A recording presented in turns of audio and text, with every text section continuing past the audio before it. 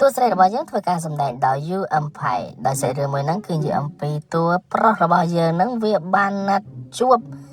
ជាមួយនឹងគូស្នេហ៍ក្នុង application ដែរមិនដែលបានជួបមុខគ្នាសោះដល់ទៅពេលជួបមុខគ្នាហ្នឹងគឺថា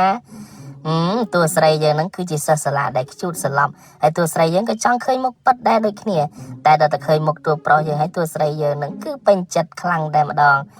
គឺមានការទាញដៃខ្វាច់ទៅចូលកន្លែងវាលពិឃាតតែម្ដងបែបថាអត់បាច់និយាយរៀបរាប់អីច្រើនអត់មានសួរនាំទៅតួប្រុសនឹងធ្វើការអីឬក៏មិនតួស្រីយើងគឺ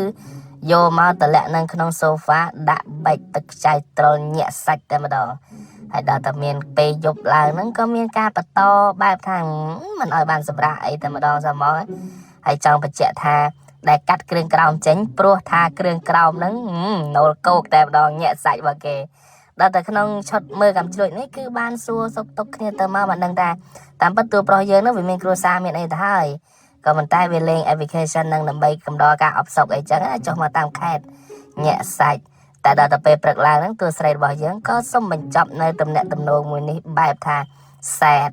អសលលោកចូលលើកឡើងប៉ស្វាគឺជាលីកូមិនទៅសើចមើលហើយចូលចឹងភ្លេចចុច like ចុច follow បងអេមបាកេ